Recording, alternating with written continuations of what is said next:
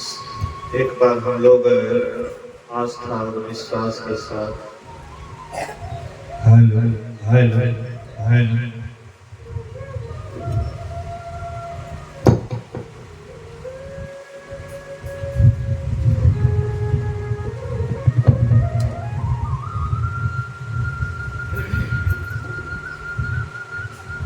हम लोग आस्था और विश्वास के साथ गुरु महाराज जी की जय जयकार बुलंद आवाज में करें। बोलिए श्री सद्गुरु महाराज की जय। श्री सद्गुरु महाराज की जय। श्री सद्गुरु महाराज की जय। अखंड मंडलाकारं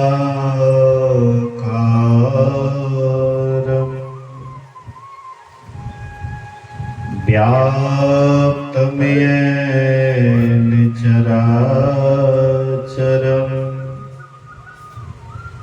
तत्पदं दर्शितं येन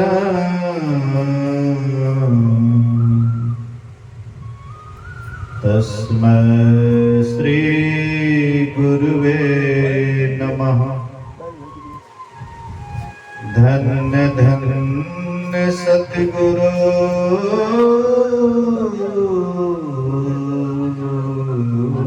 सुखद महिमा कहे न जाए। जो कुछ कहा तुम्हारी कृपा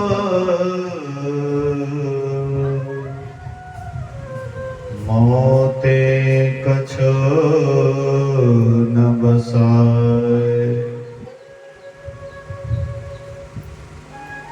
समवेत समादरणीय सज्जन वृंद, आदरणीय माताओं तथा भक्तिमती बहनों,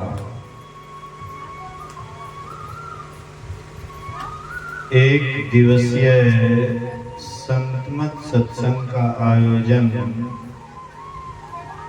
परम श्रद्धेय गुरु प्रसाद बाबू, जैसा नाम वैसा काम। नाम है गुरु प्रसाद, गुरु का प्रसाद, गुरु द्वारा दिया गया प्रसाद। हम आप जितने भी हैं सब गुरु का ही प्रसाद है। जो कुछ भी हमें मिलता है सब गुरु का ही प्रसाद मिलता है। भगवान श्री राम वाल्मीकि जी से कहते हैं कि मेरे रहने का स्थान दिखाओ। तो भगवान राम से महर्षि वाल्मीकि कहते हैं तुम ही निवेदित भोजन करे जो तुमको समर्पण करके भोजन करता है।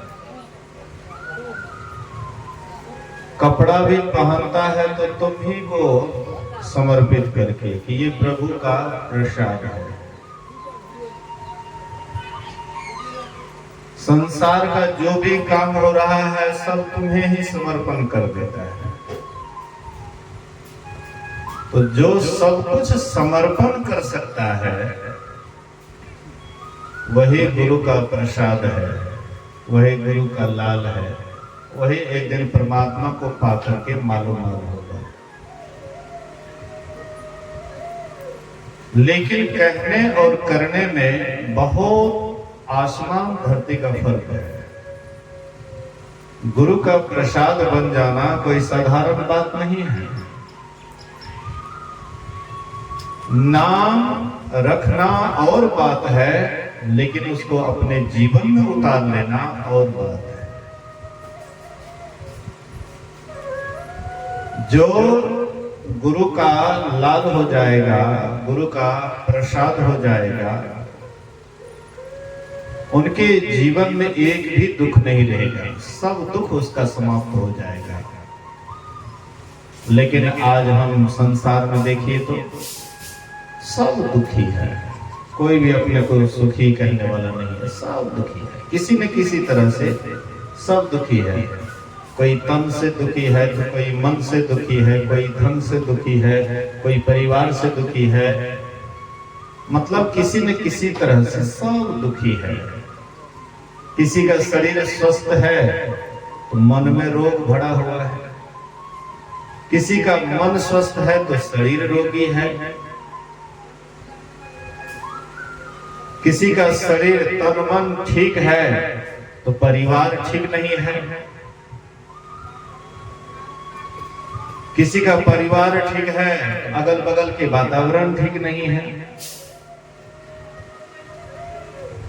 जैसे आप कुत्ते की पूंछ को 12 वर्ष तक सीधा पाइप में देख करके उसको सीधा करेंगे, पाइप में रखेंगे 12 वर्ष तक, और उसके बाद 12 वर्ष के बाद जब वह पाइप निकालिएगा तो कुत्ता का पूंछ टेढ़ा का टेढ़ा ही रहता है, मतलब वो सीधा नहीं हो सकता है।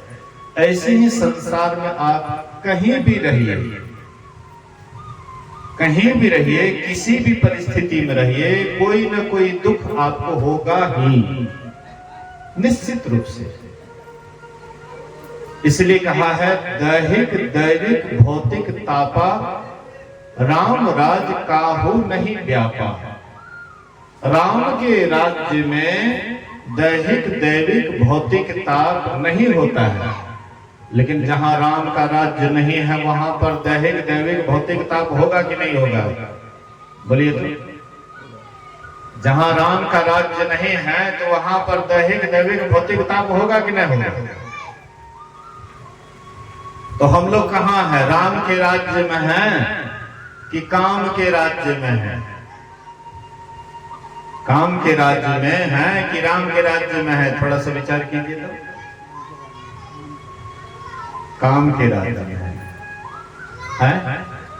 राम के राज्य में ना छे तो दुखी रहती है, दैहिक दैविक भौतिक ताप रहती है, नहीं छे दुखी। सब कोई अपना अपना देखल जाए कि हमरा सब दुखी छिए कि नहीं, कोनो न कोनो तरह से दुखी छिए कि नहीं। दैहिक दैविक भौतिक ताप, ये त्रिताप से सब व्यक्ति संतप्त है, पूरा दुनिया। कोनो हमें तो है से बात नहीं है। राजा महाराजा, राष्ट्रपति, प्रधानमंत्री, मुख्यमंत्री और यहाँ का एमएलए एमपी के तक, हाँ ये कहल जाए, मतलब बड़का से बड़का पद वाला सब दुखी छे। एकर मतलब छे कि हमरा सब राम के राज्य में नहीं छे। राम के राज्य में रहतिए तो वैठिना त्रिताप नहीं छे, तीन ताप, दैहिक दैविक भौतिक ताप। त्रिताप राम के राज्य में नहीं है। हम लोग राम से सट करके नहीं है, काम से सट करके है। बोलिए श्री सद्गुरु। हम लोग राम से सट करके नहीं है, राम से सटे हुए नहीं हैं, हम लोग काम से सटे हुए हैं। क्या हम लोग यहाँ पर बैठे हुए हैं, क्या सब कामना को छोड़ करके बैठे हुए हैं? सभी इच्छाओं से ऊपर उठ करके बैठे हुए हैं? नहीं बुझाता है। मन में अभी भी चल रहा होगा, आप हम सत्संग में बैठे हुए हैं, मन में चल रहा होगा कि काश जल्दी सत्संग हो जाता, हम अपने घर जाते। तो क्या हम राम के राज्य में हैं, राम के साथ हैं? हालांकि राम हमारे साथ में हैं, लेकिन हम राम के साथ में नहीं हैं। राम हमारे साथ में है, राम के बिना कोई काम नहीं चलता है। राम के बिना कोई भी काम नहीं चलता है, पत्ता भी नहीं हिल सकता है राम के इशारा के बिना। राम के इशारा के बिना एक पत्ता भी नहीं हिल सकता है। लेकिन राम नजदीक में है, सबसे नजदीक में राम है, लेकिन राम से हम हट करके हैं, काम से सटे हुए हैं। जहां राम तहां काम नाही। जहां राम होता वहां कामना नहीं होती है, वासना नहीं होती है, इच्छा नहीं होती है। जहां राम तहां काम नाही। जहां काम नहीं राम। जहां पर कामना है वहां पर राम नहीं है। जहां पर इच्छा है वहां पर राम जी नहीं रहते हैं। जहां काम तहां राम नहीं। क्या दिन रात एक साथ रह सकता है? दिन और रात? अभी दिन है कि रात है? अग्नि दिन छे, हम के चिराय छे। अभी दिन है तो रात्रि नहीं है। अभी दिन है तो रात नहीं है। रात होगा तो दिन होगा। जहां दिन है वहां पर रात्रि नहीं ठहरती। जहां सूर्य का उदय होता वहां अंधकार रहता है। अभी सूर्य का उदय है इसलिए अंधकार नहीं है। अंधकार का नाम ही रात्रि है और सूर्य का उदय प्रकाश होता है तो दिन हो जाता है। तो जब दिन होता है तो रात्रि नहीं रहती है। तो जहां रात्रि होती है वहां दिन नहीं रहता है। तो जहां राम होता है वहां पर कोई कामना नहीं होती है, कोई इच्छा नहीं होती है। और जहां पर काम होता है तो वहां पर राम जी नहीं ठहरते हैं। राम जी वहां नहीं ठहरते, वहां से झट चल देते हैं। तो हम आप विचार करें कि हम लोग किनके साथ हैं। जब हम दीक्षा लेते हैं तो क्या कहते हैं जानते हैं? तन मन धन है की कहे छै?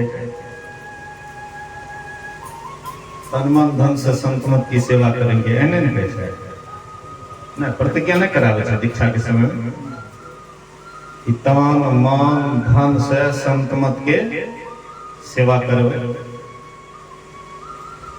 कि सही में हमरा सब दीक्षा ले के बाद तन मन धन से संत मत के सेवा करे छियै हैं? बढ़िया से देखा देखा। तन मन धन से संतमत की सेवा हम नहीं करते हैं। ऊपर मन से कुछ करते हैं। सत्संग में भी आए हैं तो ऊपरी मन से आए, अंदर मन से नहीं आया, भीतर मन से नहीं आया। सत्संग भी करवाते हैं तो ऊपरी मन से करवाते हैं, भीतर का मन से नहीं करते हैं। थोड़ा गहराई से देखिएगा, कहीं किसी को लगे खड़ा चुना की तरह तो क्षमा कीजिएगा, लेकिन थोड़ा सा गौर से मैं जो कह रहा हूं उसको गौर से लीजिएगा कि सही में हम क्या कर रहे हैं। सत्संग भी करवाते हैं तो हम ऊपरी मन से करवाते हैं, एक नियम को निभाते हैं, एक पाठ अदा करते हैं। जैसे नाटक खेलने वाला होता है ना, नाटक खेलता है। हाँ, एक जगह रामलीला चल रहा था, बोलिए श्री सद्गुरु। रामलीला चल रहा था तो हनुमान जी बीमार पड़ गए। हनुमान जी बीमार पड़ गए, बुखार बहुत ज्यादा, बोलने से चलने से। तो पाठ कैसे करेंगे जब तक स्वस्थ नहीं रहेंगे। बहुत बीमार पड़ गया, उठने बैठने से लाचार हो गया। तो सोचा कि भाई हनुमान का पाठ अगर नहीं होगा तो फिर रामलीला का मजा ही नहीं आएगा। हनुमान तो होना ही चाहिए। जहां पर रामलीला हो तो वहां पर हनुमान जी निश्चित रूप से होना चाहिए। तो भाई क्या करोगे? ये हनुमान तो बहुत बीमार है, बोलने से लाचार है, चलने से लाचार है। तो चलो पहले हनुमान को खोज लेते हैं, जिसका चेहरा मोहरा हनुमान जी से मिलता जुलता हो, आवाज मिलता जुलता हो। खोजते खोजते एक हलवाई की दुकान पर गए, उसका बिल्कुल चेहरा मोहरा एकदम हनुमान से मिलता हो जुलता था। हलवाई से बोले कि भाई तुम दिन भर में कितना कमा लेते हो? बोले कि 100-150 कमा लेता हूं। बोले कि 300 रुपया दूंगा और ज्यादा नहीं तुमको कुछ कहना है। तुम मंच पर जाओगे, स्टेज पर जाओगे, श्री राम का नारा लगाओगे, श्री राम बोलोगे, उधर से दशमुख रावण आएगा। अब कड़क करके पूछेगा कि तुम कौन हो? तुमको इतना कहना है कि मैं राम का दूत हनुमान हूं, इतना तुमको कहना है और कुछ नहीं। बोले कि ये कौन सी बड़ी बात है? दिन भर में 150, ये इतने जो पाठ करेंगे हमको 300 रुपया। बड़ा खुशी खुशी चले गए, उसको खूब बढ़िया से हनुमान जी की तरह सजा दिए। मंच पर गए और जा करके राम राम का नारा लगा रहे हैं, राम का नाम ले रहे हैं। उधर से दशमुख रावण मुकुट पहना हुआ, दशमुख बना हुआ, एकदम कड़क करके आया, जोर से पूछा तुम कौन हो? जैसे जोर से पूछे कि तुम कौन हो, बेचारे को ख्याल नहीं रहा कि हम कौन हैं, कौन पाठ कर रहे हैं। बोले कि हम फलना हलवाई हैं, हम फलना हलवाई हैं। बोले कि देव ये तो चौपट कर दिया, पाठे को खत्म कर दिया। मैं आपसे कहना चाहता हूं कि जैसे वह हलवाई हनुमान जी का रूप बनाया, लेकिन हकीकत वह बोल गया, हम आप भी बिल्कुल वही हैं। कहते तो हैं दीक्षा के समय में तन मन धन से संत मत के प्रचार प्रसार में मददगार करूंगी या करूंगा, लेकिन जब समय आता है तो तब हम पीछे हट जाते हैं, तब पीछे हट जाते हैं, तन मन धन कहां दिखाते हैं। मैं सुबह में कह रहा था कि द्रव्यमय यज्ञ से ज्ञानमय यज्ञ श्रेष्ठ होता है। कौन कौन सत्संगी हैं कि केवल सत्संगे करवाते हैं? बोलिए तो हाथ उठाइए तो केवल सत्संगे करवाते, चाहे ब्याह हो, श्राद्ध क्रिया हो या और कुछ हो, केवल सत्संग पर ही उसका सब कुछ टिका हुआ है। सत्संग ही उसका सर्वस्व है, सत्संग ही सब कुछ है उसका। गुरु महाराज जी ही सब कुछ है। सब कुछ समझ करके गुरु महाराज जी को सब कुछ समझ करके वही काम करवाते हैं, लेकिन हमको नहीं बुझाता है। मैं ये नहीं कहता हूं कि ऐसा नहीं है सत्संगी, ये मैं नहीं कहता, लेकिन बहुत कम नाम मात्र है। हजारों लाखों में एक आध होगा कि जो जैसा वचन देता है और वैसा वह अपने जीवन में उतारता है, अपने जीवन में वैसा दिखा देता है कि हमने सत्संगी बिना केवल सत्संगी हमारा सब कुछ है। एक बात याद रखिएगा, जब तक आपका लक्ष्य ठीक नहीं होगा, गंतव्य स्थान कभी नहीं मिलेगा। आपका जब तक एक पर अटल विश्वास नहीं होगा, आप खूब जाइए न सत्संग में, खूब दिखाइए न भजन गा करके, खूब प्रवचन कर दीजिए न, सब कुछ खूब कर दीजिए, लेकिन जब तक एक पर अटल विश्वास नहीं होगा, जन्म जन्म से ऐसा करते रहिएगा, लेकिन जीवन में कभी परिवर्तन नहीं होगा। फिर भी 84 का चक्कर लगाना पड़ेगा। खाली कह देना एक पर अटल विश्वास, पूर्ण भरोसा तथा अपने अंतर में ही उनकी प्राप्ति का दृढ़ निश्चय रखना। संतमत का ज्ञान क्या खेल वाला है, दिखावा है। संत मत का ज्ञान बड़ा नेचुरल ज्ञान है, बहुत गुरु महाराज जी निचोड़ करके लाए हैं, लेकिन हम लोग तो इसको खेल बना दिए, बच्चा का खेल, गुड़वा गुड़िया का खेल। बच्चे लोग क्या करते हैं, गुड़वा गुड़िया बनाते हैं, शादी करवाते हैं, गीत गाते हैं, लेकिन बच्चा को तभी सही बुझाता है कि हम जो करते हैं करवाते हैं, बहुत बढ़िया करवाते हैं, सही है। लेकिन हकीकत का पता तब लगता है जब वही बच्चा, वही बच्ची जब युवावस्था को प्राप्त होती है, जब स्वयं शादी होता है, तब उसके समझ में आता है कि गुड़वा गुड़िया का तो केवल खेल था, हकीकत तो कभी हुई है। हम आप भी अभी सत्संग के नाम पर समझिए, हकीकत में सत्संगी नहीं है, सत्संग नहीं करवाते हैं, सत्संग को तो धूप बना देते हैं। मेन लक्ष्य होता है आपका शादी करने का, शादी करवा दिए तो बगल से सत्संग रख दिए, बगल करवा रहे तो बगल से सत्संग रख दिए, अड़जान करवा रहे तो बगल से सत्संग रख दिए, बगल में रखते हैं सत्संग को। मेन चीज सत्संग को लेकर के चलते हैं कि मेन चीज हमारा सत्संग होगा नहीं। जब तक ऐसा आपके जीवन में, जिस जन्म में ऐसा नहीं आएगा, तब तक आप मोक्ष को खोजते हैं, मुक्ति को खोजते हैं, बड़ा असंभव है, बहुत कठिन काम है। अगर सरल काम होता तब तो बहुत मोक्ष की ओर चला जाता, बहुत राम को प्राप्त कर लेते, परमात्मा को पा लेते, लेकिन नहीं न पाएंगे। यहाँ पर तो डेग डेग पर पहरेदार रख दिया है, इसको एक डेग भी मत पढ़ने दो। बढ़िया से सत्संग ध्यान करता है, तुरंत लोग टोन मारने लगते हैं, बड़का सत्संगी देखा ना, सत्संग कर ले।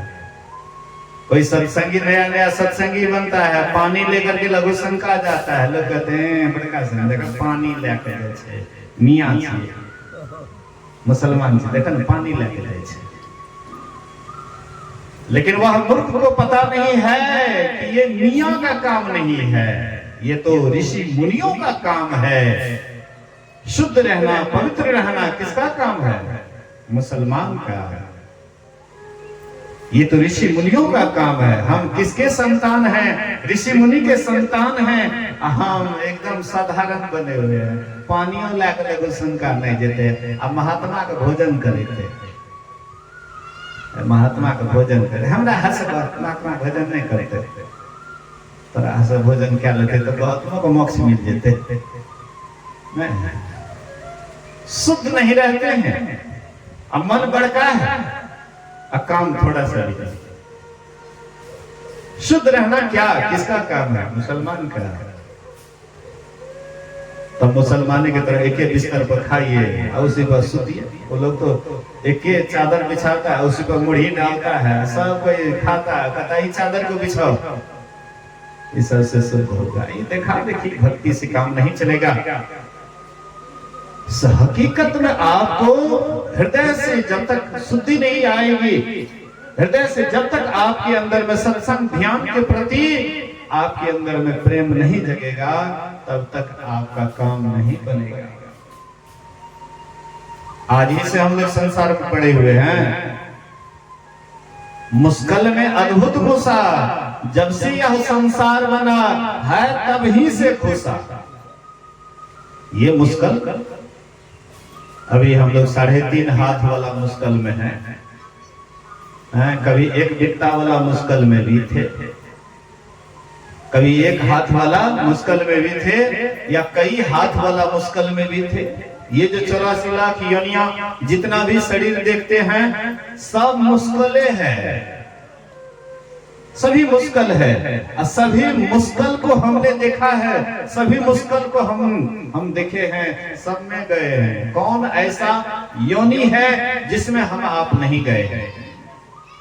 प्रत्येक योनि में गए हैं, प्रत्येक जीव जंतु में गए हैं, सभी दुखों को हमने देखा है और देख करके भी नजरअंदाज कर रहे हैं, सबको भुला दिए, देख करके भी सबको भुला दिए, सब दुख को देख करके भी नजरअंदाज करते हैं। हाँ हाँ हाँ हाँ फलना जी का दुख है, हमें तो अभी ठीक ठाक थिए, आपके अगल बगल में जीव हैं, कितना दुखी हैं, थोड़ा देखिए तो नजर पसार करके। एक कुत्ता है, आता है, कोई चीज छू देता है, डरबस्सा को मारते डांडे तोड़ देते हैं। सोचते ही हमारा नहीं है, ये फलना का कुत्ता है, हैं? ये हमारा तुम्हारा, शरीर छोड़ दीजिए तब किसका कौन। वही दरवाजा पर आइए तो आपका क्या बढ़िया हाल होगा, बढ़िया से स्वागत करेंगे। एक सेठ जी शरीर छोड़ दिया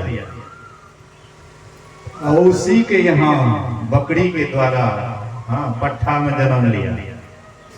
अब पट्ठा जा करके एकदम, हाँ, अन्न का ढेरी था, जा करके ढेरी पर बैठ करके आराम से खा रहा। बोला कि तो हमारा ही है, हमारा ही ढेर है, इसलिए हम खा रहे हैं। सेठ जी का बेटा देखा, करची लिया, 2-4 करची दिया, नमिया करके भागा। नारद जी उधर से आ रहे थे, नारद बाबा हंस रहे थे। किसी ने पूछा कि आप क्यों हंस रहे हैं? बोले कि वही सेठवा देखो मरा तो ये बकरी के द्वारा जन्म लिया और ढेरी पर खा रहा था कि मेरा ढेरी है, हे वो छोकिन मारा, देखिए करिया करके भाग रहा। आप अभी हैं, यहां से ट्रांसफर हो जाइए ना। बेसी उम्मीद है विमोशने का, प्रमोशन कम, विमोशन ज्यादा। समझ रहे हैं? प्रमोशन विमोशन बहुत आदमी कहे कि महात्मा कहे हम तो समझ में नहीं कर रही है। मतलब मनुष्य शरीर से ऊपर नहीं जाकर नीचे माथे बेसी आदमी के, हाँ, है वाला से ट्रांसफर विमोशन भेले। एठिना से है शरीर से नीचा जाए ना, मतलब 84 लाख योनि में जाए ना विमोशन। प्रमोशन भेले कि मनुष्य शरीर पाइब कर परमात्मा का पाइब लेना, मोक्ष के पाइब लेना, ये भेले प्रमोशन। तो प्रमोशन की ओर कितने आदमी जा रहा है? कितना आदमी चाहते हैं कि हमें मुक्ति मिल जाए, मोक्ष मिल जाए, हम परमात्मा को पाले? कितने आदमी हैं? बहुत कम, गिने आदमी ही कोई मोक्ष की इच्छा रखते हैं, नहीं तो संसार की ही इच्छा रख करके दिन रात जीते हैं। इसलिए महापुरुषों ने कहा कि अगर सत्संगी बनना है तो बढ़िया से बनिए, असत्संग को आगे रख करके कोई काम कीजिए। सत्संग को मुख्य समझिए, सत्संग से ही आपका उद्धार होगा, सत्संग से ही आपका कल्याण होगा। इसके अलावा संसार में कोई यज्ञ याजन नहीं है कि आपको मोक्ष या मुक्ति की ओर ले जा सकता है। रामायण जी पढ़िए, उसमें भी सत्संग की ही महिमा है। महाभारत पढ़िए, उसमें भी सत्संग की ही महिमा है। गीता पढ़िए, उसमें भी सत्संग की ही महिमा है। 6 शास्त्र पढ़िए, 18 पुराण पढ़िए, सब में सत्संग की महिमा है। सत्संग से ही उद्धार हुआ, सत्संग से ही सुधार हुआ, और मोक्ष भी अंतिम में सत्संग से ही मिला। हम लोग सत्संग को छोड़ देते हैं, हम लोग अगल बगल दौड़ते हैं। सोचते हैं सत्संग में जेबे कहे जे 5टा पाप छोड़े ले, के बहन काम करते चल ना शिव चर्चे में, ओकरा में तो कहे जे सब कुछ खा, सब कुछ कर, सब कुछ कर, झूठो बोलना छै, झूठ बोलना, चोरी करना छै कर, मतलब जे पाप करना छै फ्री छै। फ्री गाड़ी किया न पकड़बै? टिकट लेके तब गाड़ी पर चढ़बै, के टका देले जेते, टिकट कटावे के भीड़ में के लाइन लागते। फिर ये गाड़ी पर चंदन लगा लेबै, मंगनी के चंदन घिस, रघुनंदन घिस लेबै, चल जेबै गाड़ी पर, आराम से सफर भए जेते। आ जब एकटा टीटी जब पकड़े छे, आ वो महात्मा जी के जब, हाँ, जब पनियावे लागे छे तो ओकर पसीना पसीना, मतलब महात्मा का कोई भी प्रतिष्ठा नहीं छोड़ता है, क्या क्या नहीं कह देता है। महात्मा के नाम पर समझिए कलंक। लोग सुनते हैं तो लोग को आश्चर्य होता है। ऐसे काम मत कीजिए। टिकट लेकर के चलिएगा तो निश्चिंत से आप सफर कीजिएगा, मैं कभी कभार पहले जब चलता था, पहले बेसी रेलगाड़ी पर इधर उधर जाता था, अभी तो इतना नहीं जाता हूँ। तो कभी कभार जब टिकट नहीं कटा पाते थे, जल्दी गाड़ी निकलने वाली है और वहाँ लाइन लगेंगे, टिकट नहीं हो पाएगा, फिर गाड़ी छूट जाएगी, तो फिर बाद में बहुत देर तक बैठना पड़ेगा। उस हालत में जब बिना टिकट का बैठते थे तो बहुत डर लगता था कि कोई आ जाएगा, टीटी आ जाएगा, कुछ पूछेंगे, अंदर से भयभीत रहते थे। और जब टिकट कटा करके बैठते थे तो पूरा निश्चिंत से बैठते थे। बगल से सबको टिकट मांग लेता, हमसे नहीं मांगता, सोचता कि इनसे काहे ना, महात्मा है, हम भी दिखा देते। तो उनको भी होता कि नहीं भाई, महात्मा होकर के भी टिकट कटाते हैं, बहुत बढ़िया। ऐसे ही जहां पर अनुशासन नहीं है, उस संस्था से आप जुड़ भी जाइएगा तो कहां तक आपका कल्याण होगा समझ सकते हैं। जो शिक्षक बतावे विद्यार्थी को कि बेटा तुमको पढ़ने का मन है पढ़ो, नहीं पढ़ने का मन है मत पढ़ो, खेलने का मन है खेलो, पढ़ाई करने का मन है पढ़ाई करो, तो विद्यार्थी ज्यादातर देखिएगा कि वो पढ़ेगा नहीं, खेलने करेगा, क्योंकि मन बच्चे का खेलने में ज्यादा लगता है। अगर शिक्षक जबरदस्ती उनको डांटे नहीं, फटकारे नहीं, क्लास में बैठाए नहीं, उसको डांट फटकार ना करे तो बच्चा पढ़ेगा नहीं, पढ़ेगा, मतलब जो है उसका जीवन बेकार हो जाएगा। ऐसे हम आप भी, कोई संस्था है, जिस संस्था में अनुशासन है तो समझ जाइए वह संस्था आपको भविष्य वाला जीवन को अग्रसर करता है, आगे बढ़ाता है। संत में आप जुड़ते हैं तो कहते हैं कि 5 पाप को छोड़ो, सदाचार का पालन करो, शिष्टाचार का पालन करो, शुच्याचार का पालन करो। भगवान बुद्ध भी पंचशील का पालन सिखलाते थे। बौद्ध धर्म है भगवान बुद्ध का। जैन धर्म में भी 5 पाप का त्याग करवाते थे। कोई भी संत महात्मा हुए, सभी संतों ने पंचशील का पालन करने के लिए कहा, सत्संग ध्यान को मजबूती के साथ पकड़ने के लिए कहा। ऐसा नहीं कि मनमाना जो मन होता है वही करो। गुरुमुखी मनमुखी, गुरुमुखी जो गुरु कहता है वही करता है, वह गुरुमुखी है। और मनमुखी जो मन कहेगा वही करते हैं, मनमुखी। तो गुरु महाराज कहते सत्संग ध्यान करो, हम कहते हैं गुरु महाराज कल के सत्संग ध्यान करे ले, लेकिन एक काम छोड़ कर सगनापुर से जे ले। आज मैं देखता हूँ कहीं शादी होती है तो सबसे पहले भगतिया उनका कान फूक दे से घर पूजा, घर पूजा। जहां पर कभी नहीं देखते थे भगत, वहां पर भी अब भगत हो रहा है, घर पूजा। ये घर पूजा क्या है? हम अपने आप को समझ नहीं पा रहे हैं। क्या हम भगत को समझ लिए हैं? भगत क्या होता है? भगत का मतलब क्या होता है? भक्ति गीत होता है, शुद्ध इसका अर्थ होता है भक्ति गीत। भगत मतलब अपभ्रंश शब्द है, शुद्ध शब्द नहीं है भगत। शुद्ध शब्द है भक्ति गीत। अब भक्ति गीत वही व्यक्ति आपको भक्ति के संबंध में समझा सकता है जो स्वयं भक्ति किया है, जो इस रास्ते पर चला है। भक्त ही सही भक्ति गीत गा सकता है। भक्त ही भगवान के पास रास्ता बतलाता है। भक्ति से मतलब क्या होता है? भक्ति का मतलब होता है सेवा। भक्ति का मतलब सेवा होता है। जिस सेवा से जो खुश हो जाए वही उसकी भक्ति है। जिस सेवा से जो खुश हो जाए वही उसकी भक्ति है। तो हम आप बहुत तरह की सेवा करते हैं, लेकिन परमात्मा की सेवा क्या करें? परमात्मा की भक्ति क्या करेंगे? कैसे परमात्मा खुश होगा? कैसे परमात्मा प्रसन्न होगा?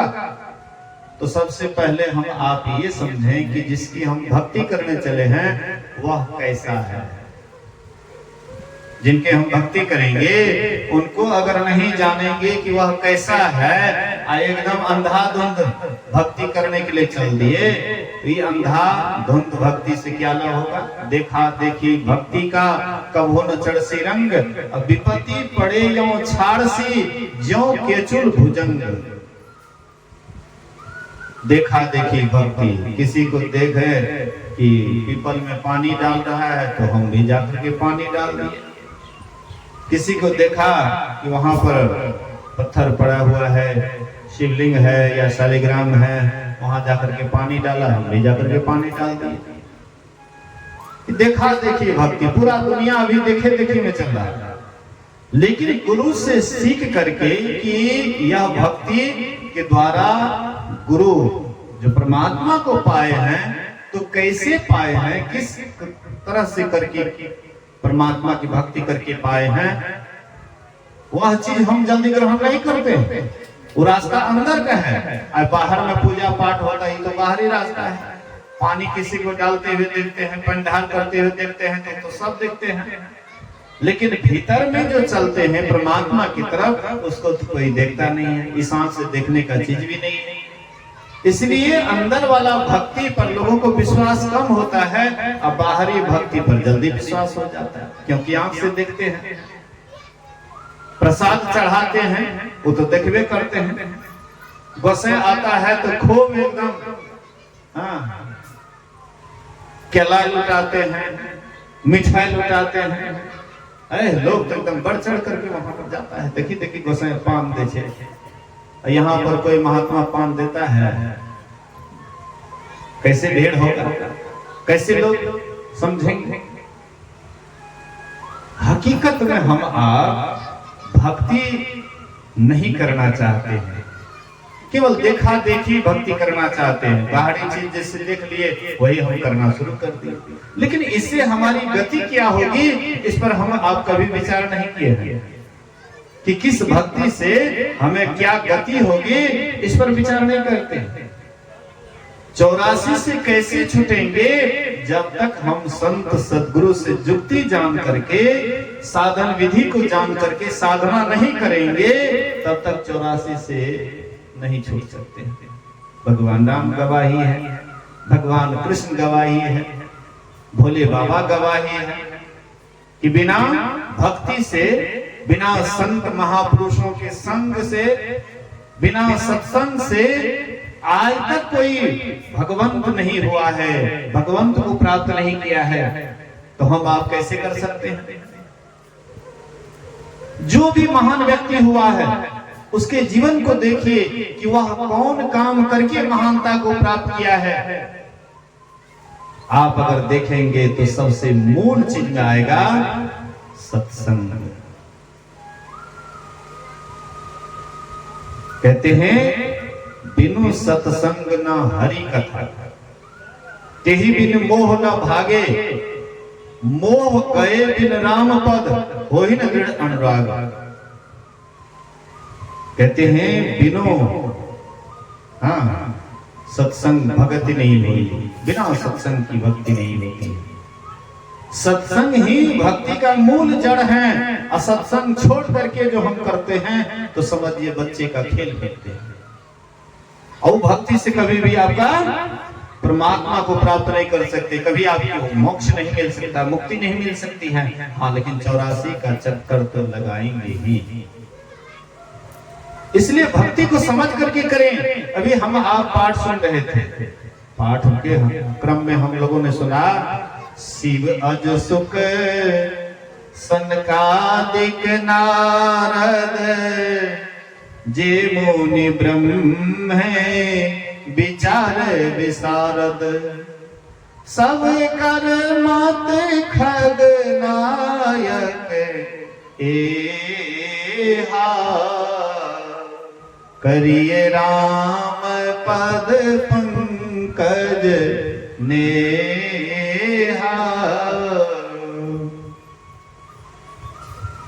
कौन कह रहे हैं?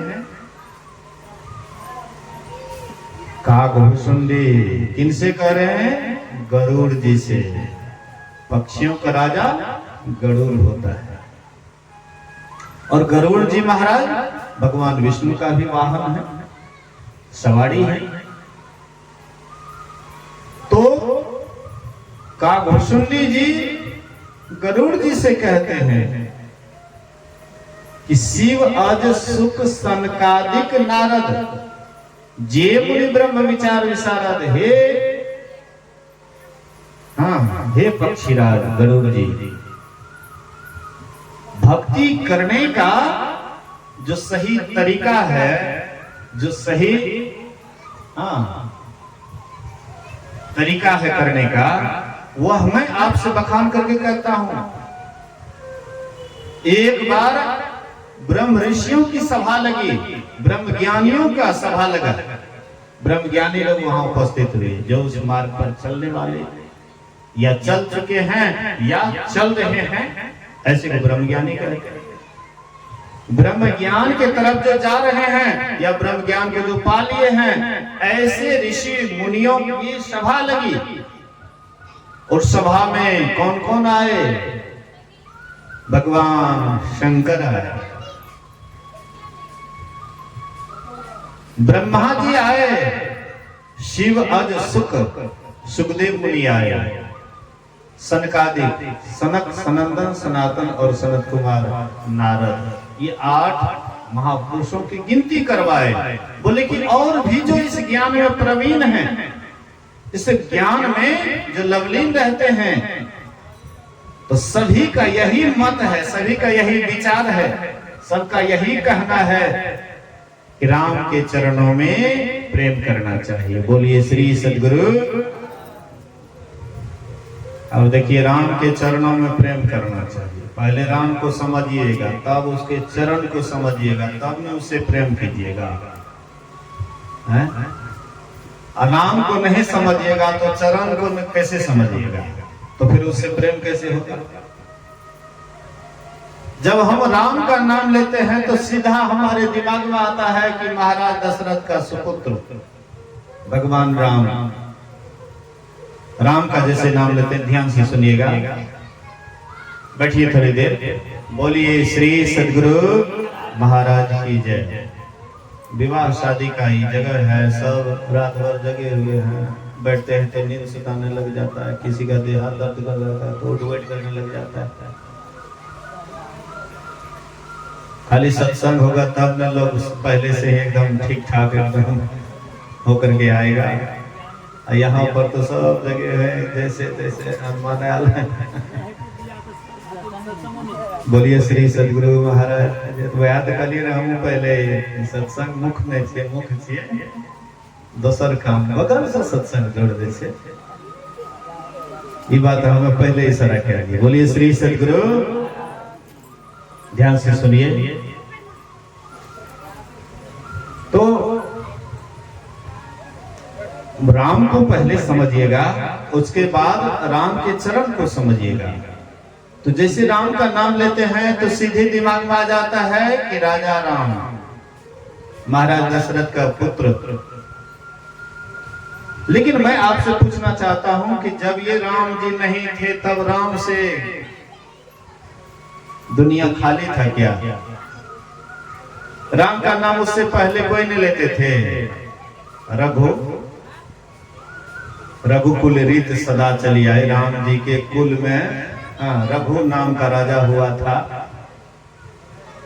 राम जी से बहुत पहले, कई पीढ़ी पहले, तो राम का नाम नहीं लेता था। राजा हरिश्चंद्र हुए थे सतयुग में, वो राम का नाम नहीं लेता था। राम जी हुए, महाराज दशरथ का पुत्र हुए, तभी से लोग राम को जानते हैं, उसके पहले नहीं। राम पहले भी थे, राम अभी भी हैं, राम बाद में भी रहेंगे।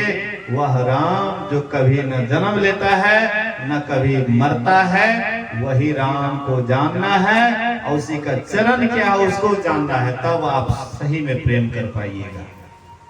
राम से प्रेम तब कर पाइएगा।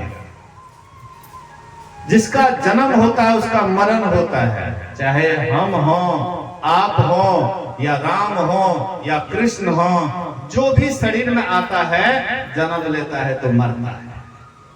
आप कहिएगा कि भगवान राम कौशल्या के गर्भ से जन्म नहीं लिए, हुए प्रगट कृपाला दीन दयाला, मतलब प्रगट हुए उनके गर्भ से नहीं आए। प्रगट हुए तो 5 तत्व लेकर के आए कि नहीं आए?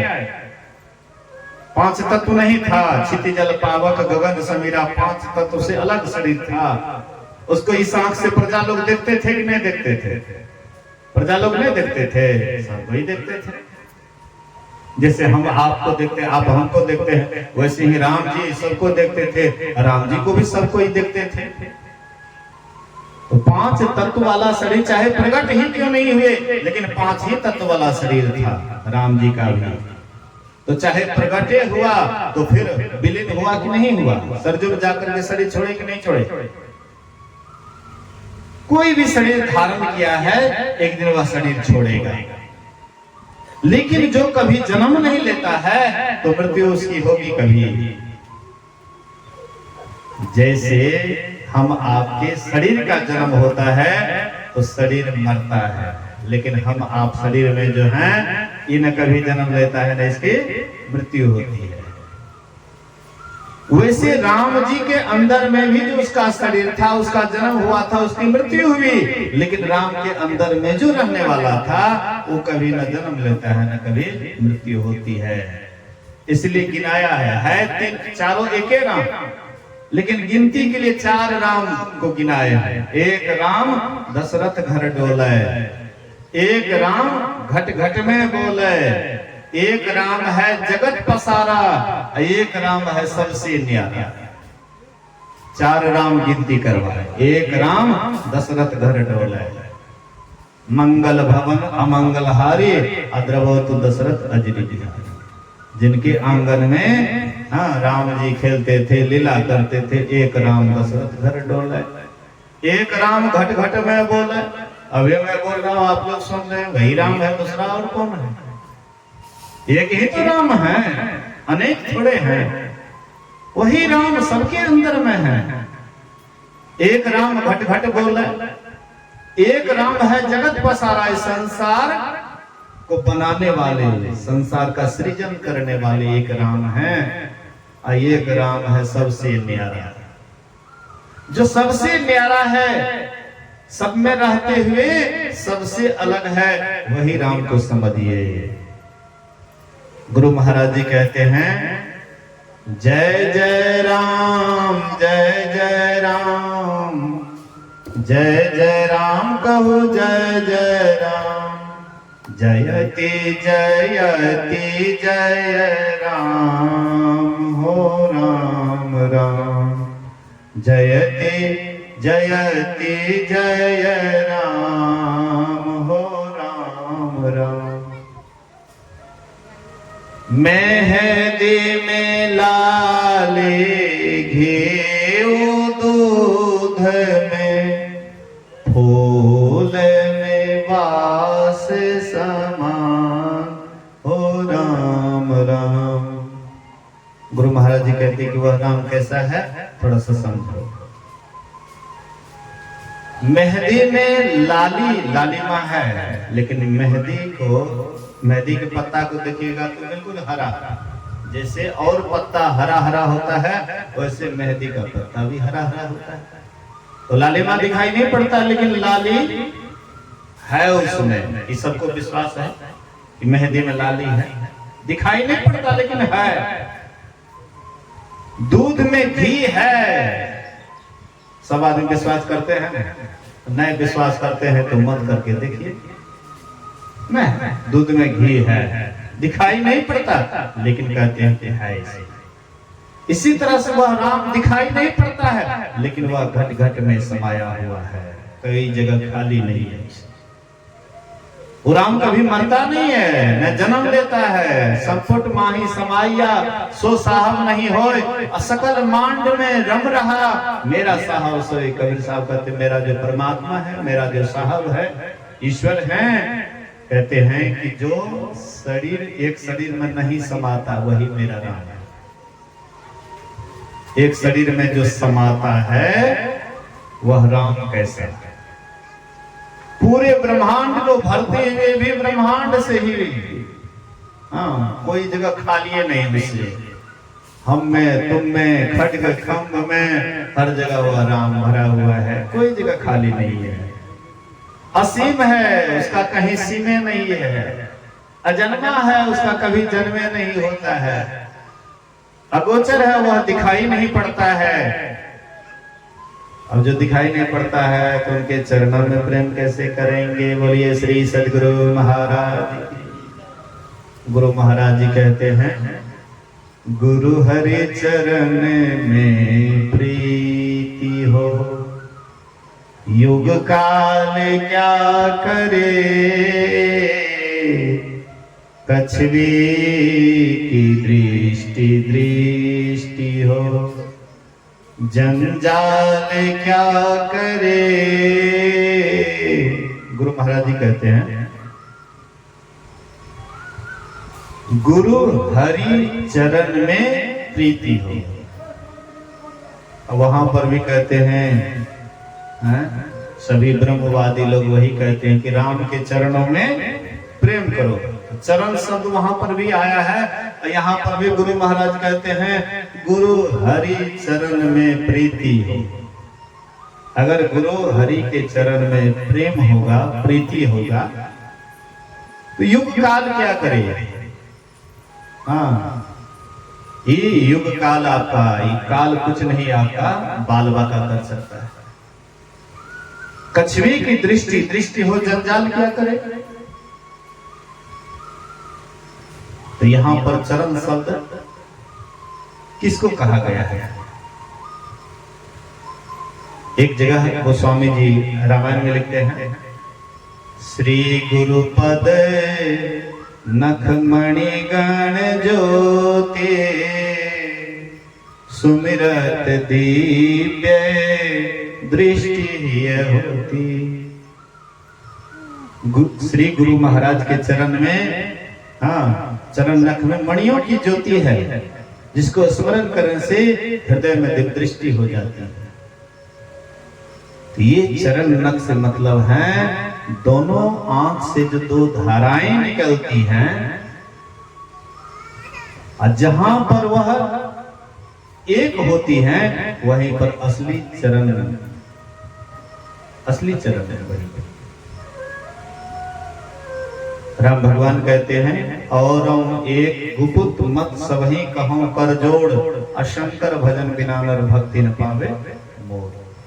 मैं सबको एक गुप्त विचार कहता हूं कि जब तक शंकर भजन नहीं करोगे, दोनों किरणों को एक नहीं करोगे, तब तक मेरी भक्ति को पा नहीं सकते। संतों का जो मार्ग है, रास्ता है, बहुत गोपनीय है, सब आदमी समझ नहीं पाते। कुछ समझते हैं तो चल नहीं पाते, लेकिन जो चलते हैं तो चलत पंथ सुख होत महा है, जहां अझर झरते। जिनके समझ में आ जाता है, जो इसको करने लग जाते हैं, उनको तो इतना आनंद बुझाता है कि चलत पंथ सुख होत महा, बहुत सुख उसको बुझाता है, बहुत आनंद बुझाता है। ऐसा आनंद बुझाता है कि संसार को ऐसा आनंद कभी वह देखा ना सुना है। लेकिन वह आनंद को, वह सुख को, वह शांति को पाने के लिए कहते हैं राम के चरणों में प्रेम करना चाहिए। श्रुति पुराण सदग्रंथ कहाही, रघुपति भगति बिना सुख नाही। श्रुति अर्थात वेद, वेद पुराण और शास्त्र, चार वेद, 6 शास्त्र, 18 पुराण। श्रुति पुराण सदग्रंथ कहा है। रघुपति भगति बिना सुख नाही, ऐसा सभी ग्रंथ गवाही देते हैं कि जब तक राम से प्रेम नहीं करोगे तब तक तुम्हें सुख नहीं मिल सकता है, शांति नहीं मिल सकती है। फिर उसके बाद गोस्वामी जी कहते हैं कुछ अनहोनी बात हो जाए मैं इसको मान सकता हूं, लेकिन जब तक यह जीव राम का भजन नहीं करेंगे तब तक इसका कल्याण नहीं हो सकता है। अनहोनी बात में कहते हैं कमठ पीठ जामहि बरुबारा बंध्या सुत बरु का मोहि मारा। कहते हैं चाहे कछुए के पीठ पर बाल जम आवे, चाहे बाज का बेटा किसी को मार डाले, फूल ही नभ बहुविध फूला जीवन लह सुख हरि प्रतिकूला। चाहे आकाश में बहुत तरह के फूल फूल जाए, लेकिन जब तक यह जीव राम से अलग रहेंगे तब तक ये सुखी नहीं हो सकता है। कछुए के पीठ पर बाल जमावे। बोलिए श्री सद्गुरु। सुनते सुनते भी हमरा सबके मन अक्षा जाय छै। हाँ, ત્યાં લખન કોઈ કંટા ટહેલિયો જાય છે, કંટા ભૂલિયો જાય છે, કંટા ઉઠિયો बैठ के आले છે, नींद परेशान करे लागे છે, सोचे चल उठ के मन नहीं कोनो सुतवे। बोलिए श्री सद्गुरु। अच्छा नहीं पूरा पूरा कमो बेस, हाँ सब तो भवसागरे पार भाई थे तेन कुछ रहे वाला होना चाहिए। बोलिए श्री सद्गुरु। ध्यान से सुनिए। तो कहते हैं कमठ पीठ जामहि बरुबर, चाहे कछुए के पीठ पर बाल जमावे। कछुआ का पीठ बहुत कोमल होता है ना। भूल भाई से कंटा सुधार दिल जाए। बोलिए श्री सद्गुरु महाराज की जय। कछुए का पीठ बहुत कड़ा होता है, बहुत कठोर। कछुआ को डर तब तक होता है जब तक वो खोखला से बाहर रहता है, मुंह हाथ बाहर निकालता है, और जैसे ही कोई उसको कुछ करने लग जाता है तो तुरंत अपने आप को खोखला में सिकोड़ लेते हैं। जैसे सिकोड़ लेते हैं तो बिल्कुल निडर हो जाता है। सुनते सुनते भी आप लोगों को आलस आता है, तो आलस को हटाने के लिए थोड़ा सा सुन लीजिए चटनी। बोलिए श्री सद्गुरु। सुनते सुनते आपका मन जब नहीं अक्षाए तो समझ जाइए सही श्रोता है, और सुनते सुनते अक्षा गया, उड़ गए, चले गए, तो आप सत्संग के सही मर्म को नहीं जानते। भगवान राम कहते हैं कि मैं कहाँ रहूं, वाल्मीकि ऋषि कहते हैं, महर्षि वाल्मीकि कहते हैं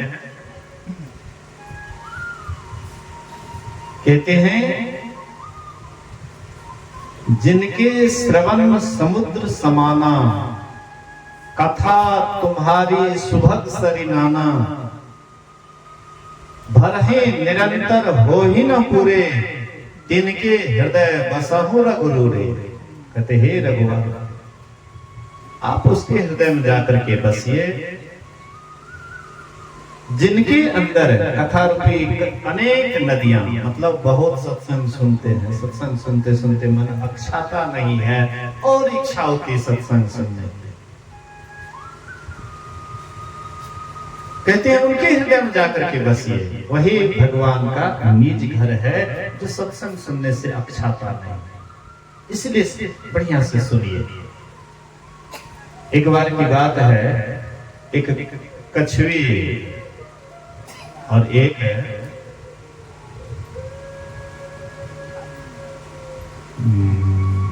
पंडित जी को क्या कहते हैं, नड़िया गिदर, दोनों में मित्रता थी, दोनों में दोस्ती था। ये बिल में रहते थे, हाँ गिदर बिल में रहता था, नड़िया बिल में रहता था और कछुआ पानी में रहता था, बगल में पानी। और दोनों कभी कभी आपस में मिलते थे, बहुत वार्तालाप करते थे। एक बार ऐसे ही दोनों मित्र आपस में भेंट कर रहे थे, बातचीत कर रहे थे, अचानक सिंह का दहाड़ होता है जोर से। जैसे सिंह दहाड़े तो पंडित जी तो बड़ा तेज होता है, तुरंत बिल में घुस गया। और ये कछुआ, इसका तो छोटा छोटा पैर होता है, बेचारे थोड़ी दूर गए होंगे, उधर से शेर आ गया, मुंह में ले लिया इसको। जैसे मुंह में लिया तो सब अंदर सिकोड़ लिया, ये पूरा हाथ मुंह को, हाथ पैर को सिकोड़ लिया। कड़ा लगा सिंह को, फिर उसको छोड़ दिया। कड़ा लगा, कैसे खाएंगे, कड़ा लगता है, कोमल होगा तब ना खाएंगे। कड़ा लगा, छोड़ दिया। फिर रखता है, फिर मुंह में लेता है, फिर कड़ा लगा, फिर छोड़ दिया। 2-3 बार जब ऐसे किया उधर से सियार देख रहा था। सियार कहता है कि मामा जी, हाँ शेर से कहते मामा जी ऐसे थोड़े खाइएगा, ऐसे थोड़े खा सकिएगा, देखते नहीं कितना कठोर है। अरे कठोर है, थोड़ा सा इसको पानी में फूलने के लिए दीजिए, फूल जाएगा तो आराम से खाइएगा, इतना कड़ा चीज तो कैसे खाइएगा, इसलिए इसको फूलने के लिए दीजिए। शेर सोचा बात तो सही है, कहता बड़ा कठोर लगता है। तो वह क्या किया, मुंह में लेकर के गया, पानी में रख दिया। हाँ तो जैसे शेर पानी में रखा, वैसे कछुआ फूलेगा क्या, नीचे नीचे बुलने लगा।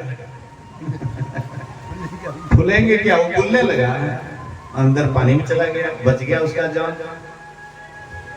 कहने का मतलब है, आशा है, जैसे कछुआ का पीठ कठोर होता है और उसके ऊपर बाल जमना असंभव है, लेकिन गोस्वामी जी कहते हैं कि ये भी हो जाए, कछुए के पीठ पर बाल जमावे, मैं इसको मान सकता हूँ। लेकिन जब तक राम की भक्ति कोई नहीं करेंगे और कह लेंगे कि हमको सुख मिल जाएगा, शांति मिल जाएगी, मैं इसको कभी नहीं मान सकता। फिर कहते बाज का बेटा किसी को मार डाल। बाज का बेटा सुने हैं, बाज का बेटा आज तक सुनिए कोई बाज का बेटा। बाज भले तो बेटा कहते हैं, अब बेटा भाई फिर बाज कहाँ से रहते हैं, बाज बेटा जब भाई तो बाज को कहते हैं, बाज बाजिन कहते हैं। महाराज दशरथ के बुढ़ापा में भेल रहे बाल बच्चा, बोलिए श्री सदगुरु। बहुत लेट से, बहुत विलंब से भेल रहे महाराज दशरथ के, चौथा पल में आबि गेल, बहुत विलंब से। जब तक बाल बच्चा नहीं भेल रहे ता तक, जब ये सुबह सुबह राज्य निकले रहे, हाँ प्रजा लोग जब दर्शन क्या लेते आए के जतरा अशुभ भए गेल। क्या अशुभ भेले, तो बाज आदमी के दर्शन भए गेल। राजा सामना में नहीं कहे हेते, मने मन कहे के राजा के सम्मान की कहते हैं, पीछा में कह रहे प्रजा लोग कि आए के यात्रा अशुभ भए गेलै, किया तो बाज आदमी के दर्शन भेले।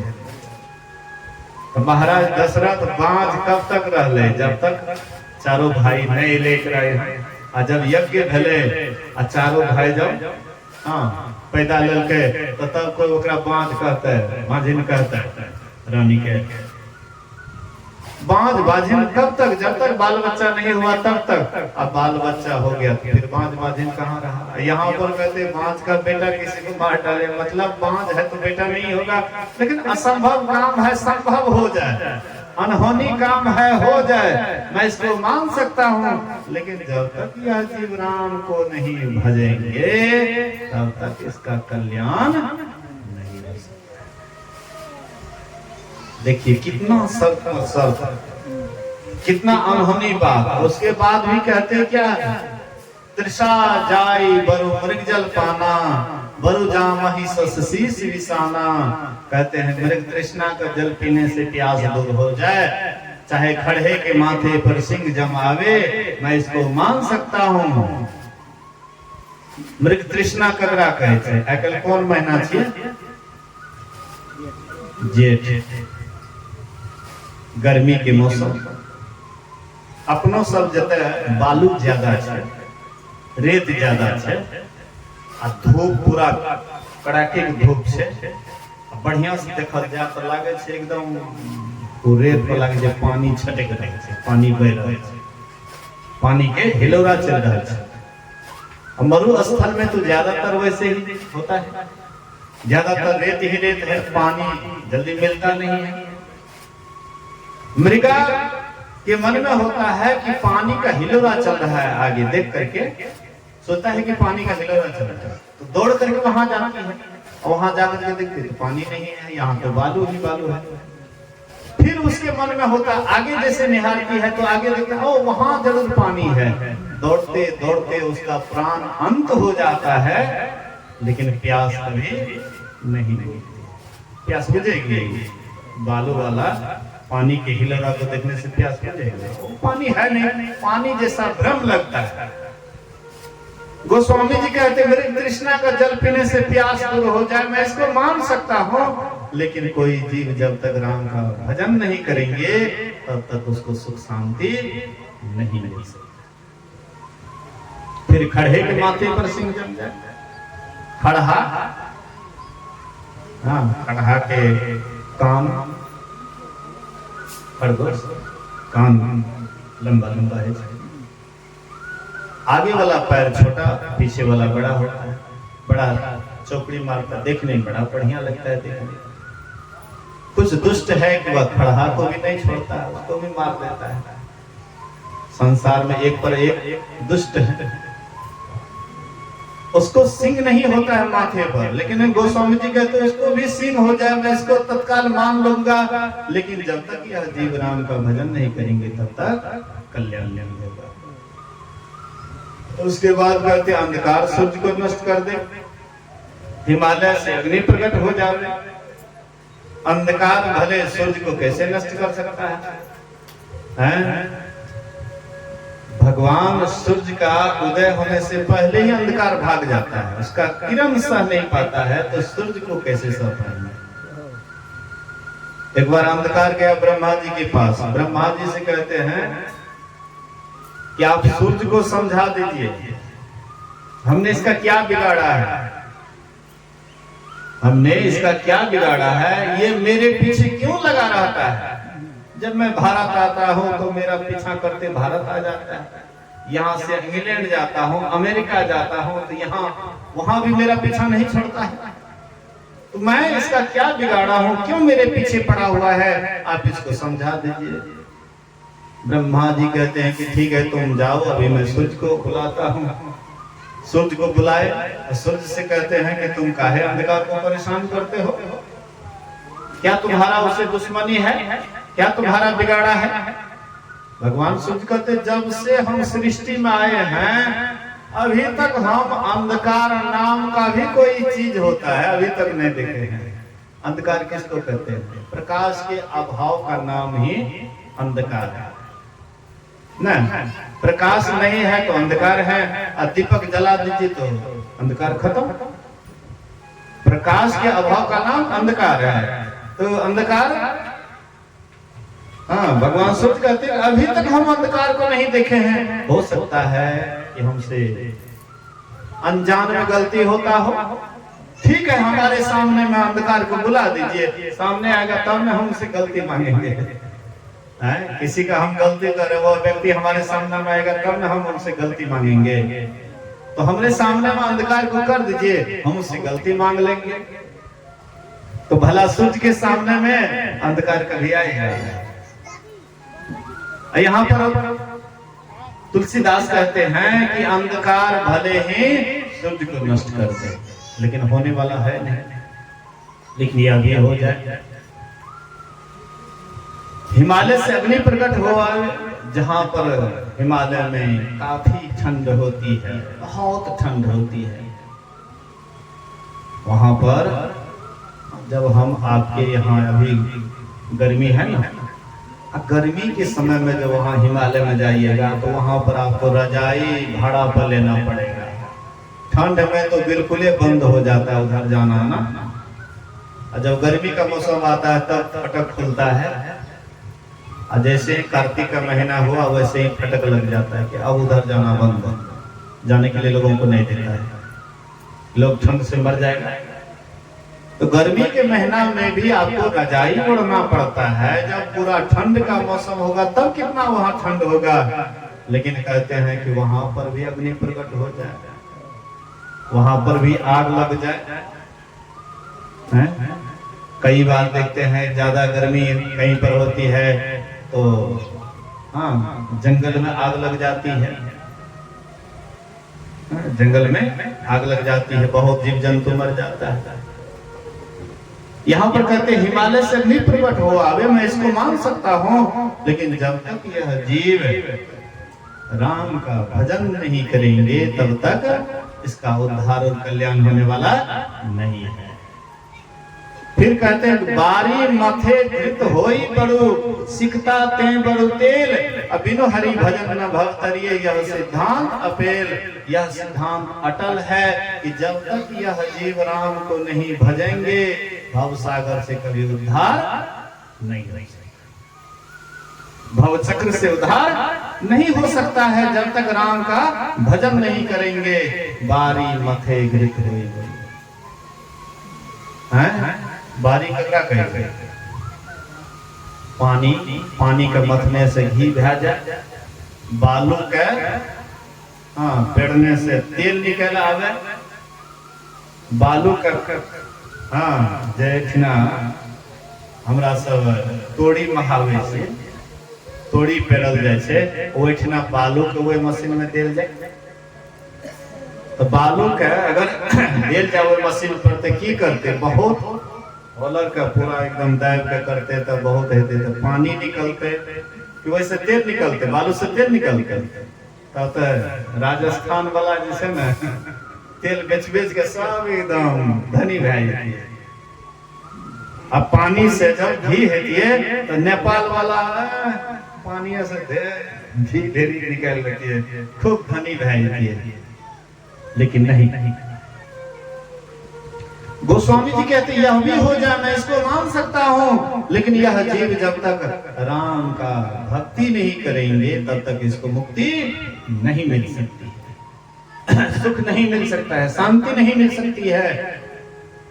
राम भजन बिनु मिटहि की कामा, थल विहीन तरु कबहु की जामा। क्या राम के भजन से कामनाओं का अंत हो सकता है? क्या बिना जमीन का कोई पेड़ पौधा लग सकता है? कोनो पेड़ पौधा बिना जमीन के लग सके छे? जमीन का आधार चाहिए, जमीन का रस चाहिए, जमीन के पृथ्वी चाहिए, पृथ्वी से रस ले तब ओकर विकास हो छे। वही ना, जब तक ये जीव राम के भजन नहीं करते, राम के भक्ति नहीं करते, तब तक कभी भी परमात्मा के नहीं पाबि सकै छै, ईश्वर के नहीं पाबि सकै छै, मुक्ति नहीं पाबि सकैया, कल्याण नहीं मिल सकैया, सुख नहीं मिल सकैया, शांति नहीं मिल सकैया। हालांकि संसार में सुख मिले छे, बोलिए श्री सद्गुरु। संसार में सुख मिले छे, नहीं मिले छे? बच्चा बहुत कांदे छे, ओकरा खिलौना दे देल जाते, चुप होय छे कि नहीं है? ओकरा सुख मिले कि नहीं मिले? हैं बच्चा, अब बच्चा जे कनिटा सयाना है छे, पढ़े लिखे लागे छे, पढ़े के रस के जे समझ जाए छे, आ नहीं पढ़े ले दियो तो बच्चा बड़ा दुख है छे, नहीं हम पढ़बे करबो, पढ़ाई के सुख के समझ गेले त्या लग के हम पढ़बे करबो। अब वह कनिटा सियान भइले, जवान भइले, शादी नहीं करियो तब देखियो ओकरा सुख लागे छे, हैं शादी कह दियो तो बड़ा सुख लागे छे। सुख मिले छे कि नहीं मिले छे? चाहे कनिए देर के लिए मिले, लेकिन मिले छे ना। बाल बच्चा नहीं है छे तो बड़ा दुखी है छे, बाल बच्चा भाई छे बड़ा खुश है, हाँ बाबा जन्मदिन मनेबे सत्संग कह दिया आ जकरा ना है छै वो जन्मदिन मनेबे छै बर्थडे हमर बगल में मंत्री साहब कहै छै बर्थडे बोलिए श्री सद्गुरु मतलब जकरो बोले ले नहीं है छै पढ़ल लिखल कौन छै या नहीं छै वो कल बर्थडे है बाबा बर्थडे क्या है बर्थडे मेरी कहने का ये आशय है अभिप्राय है कि हम आप संसार में भी सुख तत्काल के लिए देखते हैं तत्काल के लिए मिलता है लेकिन ये क्षणिक होता है अस्थाई नहीं होता है अस्थाई नहीं होता है तन सुख मन सुख इंद्रिय सुख लेकिन बाद में सब दुख सब बाद में दुख रहता है पहले पत्नी चाहिए पत्नी के लिए बेहाल रहते हैं बाद में वही पत्नी मिल जाती है तब देखिए ना गला में एकदम फसरी की करबे बाबू बाबा एको रति ने कस कर दे छे तब गला का फसरी हो गया अब पहले तो बड़ा आनंद है ब्याह करेगा देखो घोड़ा पर सवार भए के जाए छै तलवार बन के जाए छै लोक देखाबै छै अब बाद में जब पता लगे छै तब बुझावे छै पहले बाल बच्चा नहीं होता है तो बड़ा दुख बुझाता है अब बाल बच्चा हो जाता है तो दिन रात कमाने परेशान उसको भरपाई करने में पढ़ाने लिखाने में एकदम परेशान क्या सुख मिल रहा है आपको पत्नी नहीं था मिल गया सुख मिल गया बाल बच्चा नहीं था बाल बच्चा हो गया सुख मिल गया बैंक बैलेंस नहीं था कमा करके बैंक बैलेंस कर दिया सुख मिल गया ये क्षणिक सुख दिखाई तो पड़ता है लेकिन अस्थाई नहीं है अस्थाई नहीं है जो अस्थाई है वह अस्थाई सुख ही भक्ति से प्राप्त होता है और अस्थाई सुख विषय से मिलता है विषय से अस्थाई सुख मिलता है और अस्थाई सुख मिलता है भक्ति से अब भक्ति हम करेंगे नहीं मुक्ति कैसे मिलेगी मोक्ष कैसे मिलेगा छुटकारा कैसे मिलेगा तो सुख चाहिए तो अविनाशी आपसे पूछते हैं कि बोलिए आपको कितने दिनों का सुख चाहिए एक दिन का सुख चाहिए एक दिन के राज कौन एक दिन के ठीक है भोज को बोलिए श्री सद्गुरु पहलुका जमाना में एक दिन के भोजो रहे तो बड़ा भीड़ है हर हो में ढेरिक चल जाए आई कल निमंत्रण तो भर तैयो जल्दी ने फोन पर फोन कर हे अभी तक कहाँ आयल है आवा ना सत्संगों कराएंगे आ एक बार जब कह दिए तो जल्दी न है फलना आदमी अभी तक कहाँ नहीं लिए सत्संग में तब बोलने से थे एक बार पर्चा पोस्टर देने से हमें अपनी कतो वही ना ध्यान दिए उतने गौर सुन नहीं कर लिए तो लोग सुन नहीं के बराबर नहीं ले मतलब आजकल आप निमंत्रण दीजिए ऊपर से खुशामद कीजिए तबे लोग जाएंगे नहीं तो नहीं अब लोगों के पास फुर्सत कहाँ है एक दिन के राज्य क्या एक दिन का भोज क्या सोचते एक दिन भोज खा लेवे तो की भाई जैसे हमारे सपना के गुजर बसर चल जीते हैं एक दिन के राजा बन जावे तो की भाई गुरु महाराज एक कहानी कहते थे बोलिए श्री सद्गुरु गुरु महाराज जी एक कहानी कहते थे गुरु महाराज जी कहते थे एक राजा था उसकी 3 रानियां थी तीनों रानियां एक बार राजा से कहते हैं महाराज सुनते हैं कि एक कैदी पकड़ा गया है और बहुत बड़ा गलती किया है उसको आप 7वां दिन फांसी की सजा सुना दिए हैं राजा कहते हैं हाँ गलती किया है इसलिए उसको फांसी की सजा ही मिलेगी तो तीनों रानियां कहते हैं कि महाराज वो तो अब 7 दिन का मेहमान है एक काम कीजिए ना हम लोगों को भी थोड़ा मौका दीजिए ना उनकी कुछ सेवा सुरक्षा करें मरियो जाएंगे तो कहेंगे रानी बहुत हमको माने थे बहुत सेवा सुरक्षा किए थे राजा कहते जब तुम्हारी तुम लोगों की यही इच्छा है तो ठीक है। तो छोटी रानी से बोले कि तुम उनका जो उपकार करना चाहोगी तुम कर सकती है, जो उपकार करना चाहेगी तुम कर सकती हो। तो छोटी रानी कहती महाराज उसको एक दिन का फुर्सत दे दीजिए, कैदी को एक दिन का रिहा कर दीजिए, एक दिन के लिए रिहा कर दीजिए। बोले कि ठीक है ले जाओ। तो कैदी को ले गए, खूब बढ़िया बढ़िया पकवान, हाँ सुंदर सुंदर भोजन, खूब बढ़िया से हाँ भोजन कराई, खूब सुंदर सुंदर वस्त्र पहनाई, मतलब सेवा सुरक्षा जो करने योग्य था खूब बढ़ चढ़ करके की। फिर मछली रानी की बारी आई, कहते हैं कि महाराज एक दिन का और अवसर दीजिए, छोटी रानी से भी हम बढ़ चढ़ करके सेवा करेंगे, क्योंकि 7 रोज का मेहमान है, 6 रोज तो बीत गया है। कहते हैं ठीक है एक दिन के लिए तुम भी उसकी सेवा सुरक्षा कर सकती है। मछली रानी लाई, उससे भी बढ़ चढ़ करके खूब बढ़िया बढ़िया खिलाई पिलाई, खूब सेवा सुरक्षा की। तीसरी रानी की बारी आती है, बड़ी रानी की बारी आती है, तो कहते हैं महाराज एक कैदी को सदा के लिए मुक्त कर दीजिए। बोलिए श्री सदगुरु। एक कैदी को सदा के लिए मुक्त कर दीजिए, फांसी की सजा से मुक्त कर दीजिए महाराज, मैं आपसे यही वरदान मांगती हूँ। राजा को वचनबद्ध थे कि तुम जो इसकी उपकार करना चाहोगी कर सकती हो। बड़ी रानी कहती है इसको मुक्त कर दीजिए। राजा ने कहा ठीक है मैं इसको मुक्त कर दिया। तो बड़ी रानी ले गई और वह कैदी को नमक मड़वा रोटी खिलाई, उसे खूब छकवा पकवा खिलाए। बड़ी रानी क्या करती है तो नमक रोटी खिलाई, मड़वा की रोटी नमक। 5-10 साल पहले की बात याद करो, 15-20 साल पहले की चले रहे। अखनी कतो दूध नेमान लोग करे छे, पावन करे छे, आप कहां। बोलिए श्री सदगुरु। जरा बीमारी जे डॉक्टर कहे छे तो कोनो सब खोज के लावे छे खाए छे, बोला बात छे नेमाने भेले। पहले तो अरधर चलता था।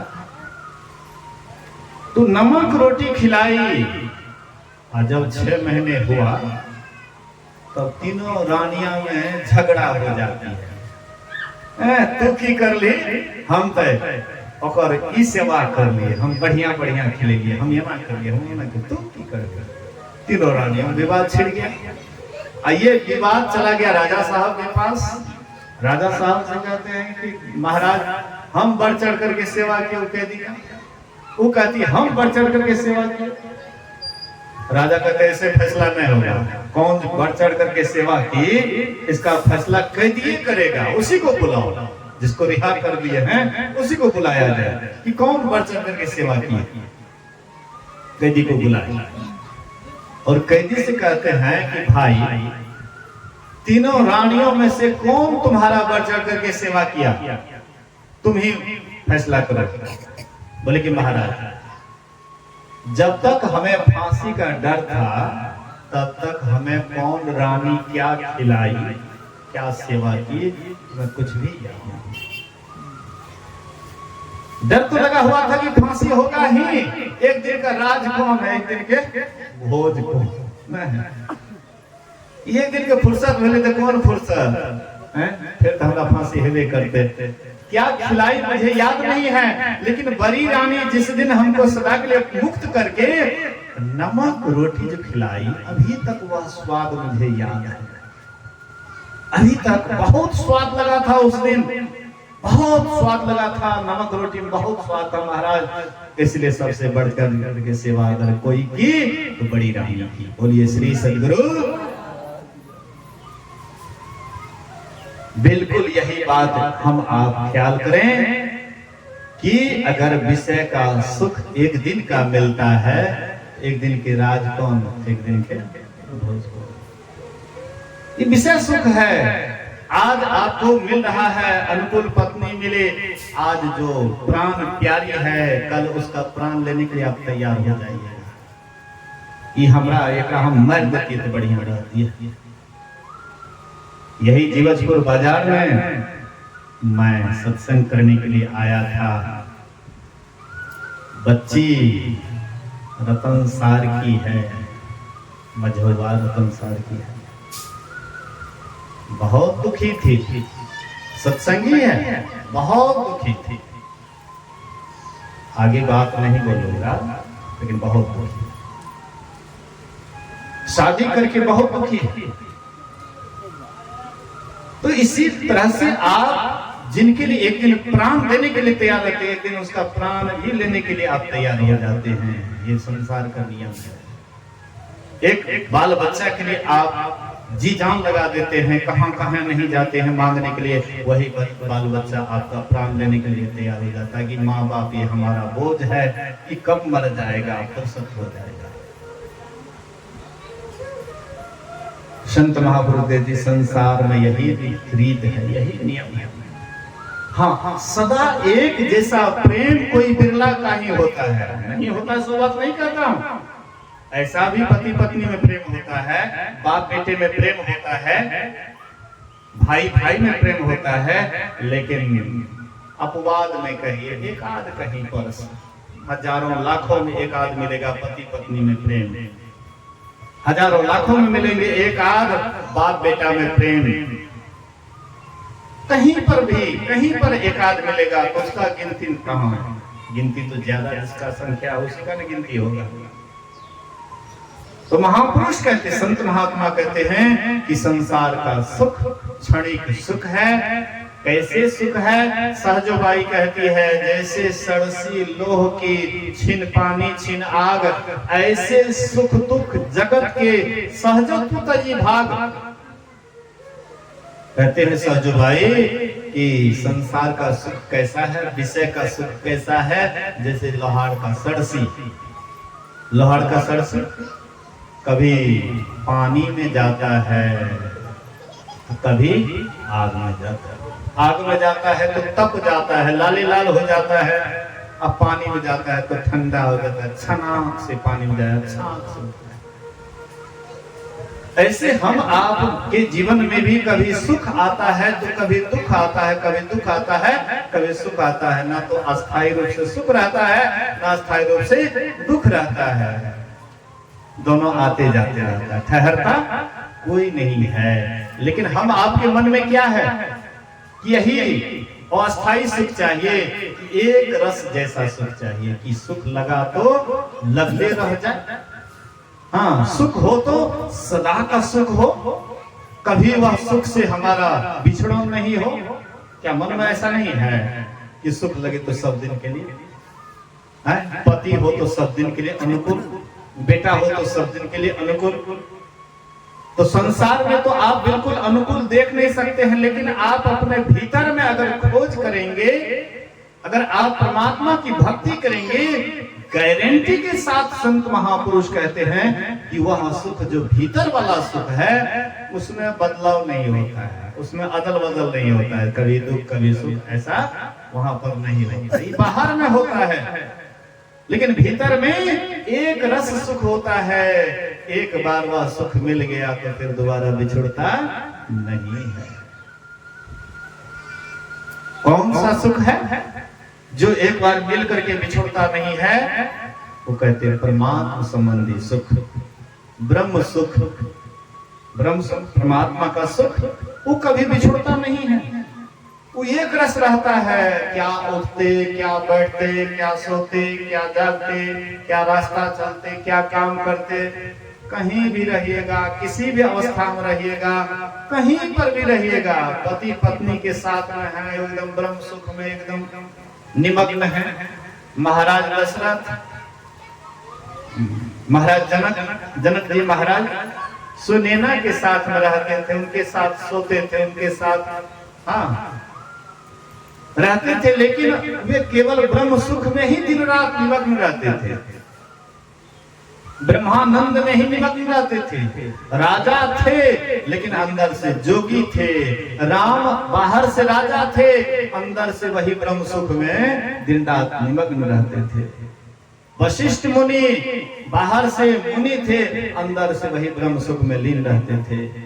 विश्वामित्र मुनि अंदर से वही ब्रह्म सुख में विलीन रहते थे। जितने भी महान आत्मा हुए वही ब्रह्म सुख को अनुभव करके, और वह ब्रह्म सुख सबके अंदर में है, ऐसा नहीं सोचिए कि उनके अंदर में था, हमारे अंदर नहीं है, सो बात नहीं है। सब तो एक ही है, दूसरा कौन है? एको हम, एको ब्रह्म, द्वितीय नास्ति। एक ही ब्रह्म है, दूसरा कुछ नहीं है। तो उनके अंदर जब वह ब्रह्म सुख हो सकता है तो हमारे अंदर क्यों नहीं हो सकता है? राम जब ब्रह्म सुख में निमग्न हो सकता है तो हम लोग क्यों नहीं?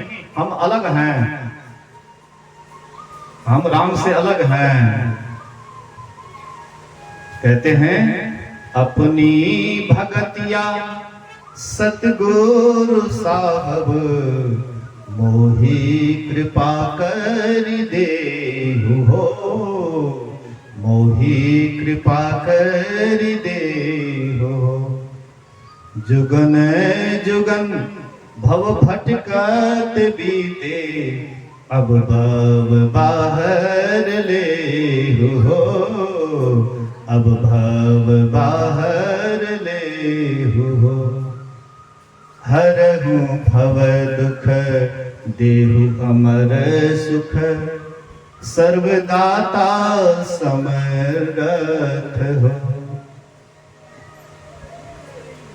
कहते हैं हरहु भव दुख देहु अमर सुख, सर्वदाता समर्थ हो।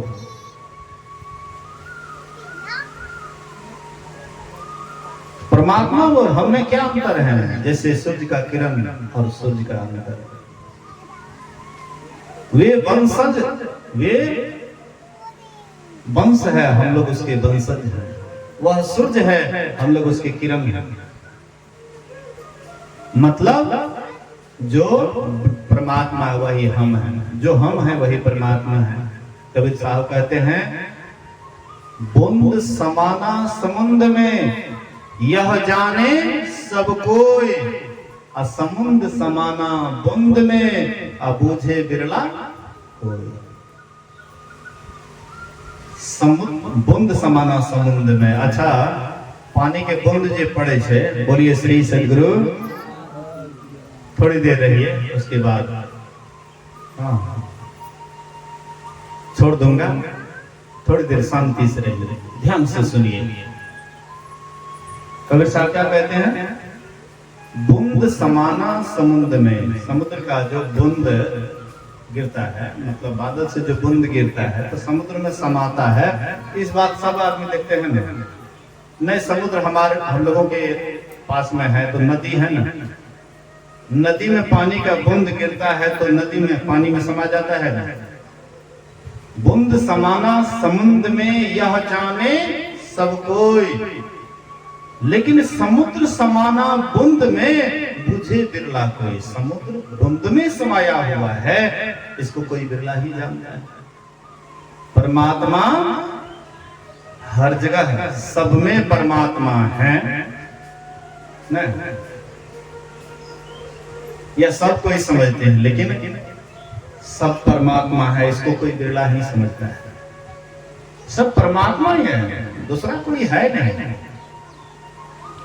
तो यहाँ पर बूंद समाना समुद्र में, बूंद गिरता है समुद्र में, यह सब कोई जानते हैं। समुद्र में जाकर के विलीन हो जाता है, लेकिन समुद्र समाना बूंद में, यह परमात्मा, यह जीव में समाया हुआ है, इसको कोई बिरला ही जानता है। परमात्मा जीवात्मा में समाया हुआ है। घट घट में ब्रह्म समाया हुआ, घट घट ब्रह्म लुकाइया, घट घट ज्योत सबाई, बजर कपाट मुक्ते गुरुमति, निर्भय ताड़ी लाई। घट घट में ब्रह्म छिपा हुआ है, घट घट में परमात्मा है, कोई जगह उससे खाली नहीं है। तो देखिए, जैसे सूर्य का गर्मी, सूर्य में जो गर्मी होती है तब देखिएगा अक्सर बारिश होती है। गर्मी के समय में बारिश अधिक, आजकल गर्मी थोड़ा सा ज्यादा किया, इधर से आता है बस बरस करके चला जाता है। तो गर्मी के कारण समुद्र का जो पानी है, हाँ, उसको गर्मी सोख लेती है।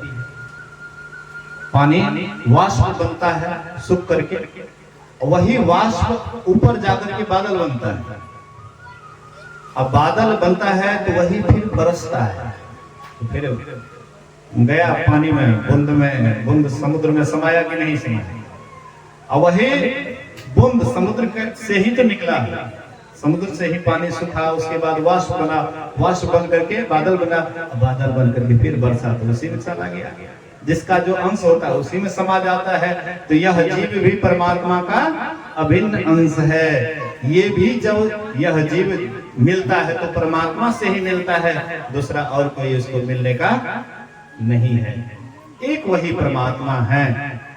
तो वही परमात्मा में यह जीव है या जीव में परमात्मा है, इसको कोई बिरला ही जानता है। लेकिन जानेंगे समझेंगे तब न उसको करेंगे, तब न एक दिन प्राप्त करेंगे। तो पहले जानिए और उसके बाद जान करके भक्ति कीजिए, और भक्ति करके उस परमात्मा को पा लीजिए। इसी के लिए मनुष्य का शरीर मिला है, इसी के लिए संसार है, घर परिवार जो हम आपको ये सब परमात्मा की ही कृपा से मिला है। पति मिला है परमात्मा की कृपा से, बाल बच्चा मिला है परमात्मा की कृपा से, पत्नी मिली है परमात्मा की कृपा से, जमीन जायदाद मिला है परमात्मा की कृपा से, सब कुछ उन्हीं की कृपा से मिला है। लेकिन जो आपको सब कुछ दिया है हम उसी को भूल गए। जो तन दियो ताहि बिसरायो, ऐसे नमक हरामी, हम लोग नमक हरामी है। जो परमात्मा अनमोल शरीर दिए, इतनी व्यवस्था दिए, हम लोग उसी को छांट देते हैं, उसी परमात्मा को छोड़ देते हैं। तो उसको छोड़ करके रहिएगा तो सब दिन धोखा खाते रहिएगा, सब दिन दुखी रहिएगा, सब दिन कष्ट में रहिएगा। अब वह परमात्मा की भक्ति करते हुए अगर संसार का काम कीजिएगा तो जौं परलोक यहाँ सुख चाहो, सुनि मम बचन हृदय दृढ़ गहु। भगवान राम कहते यहाँ भी सुख चाहते हो, यहाँ से जाने के बाद भी सुख चाहते हो, तो मेरे वचनों को सुनो और मेरी भक्ति करो। तो मेरी भक्ति कैसे करो?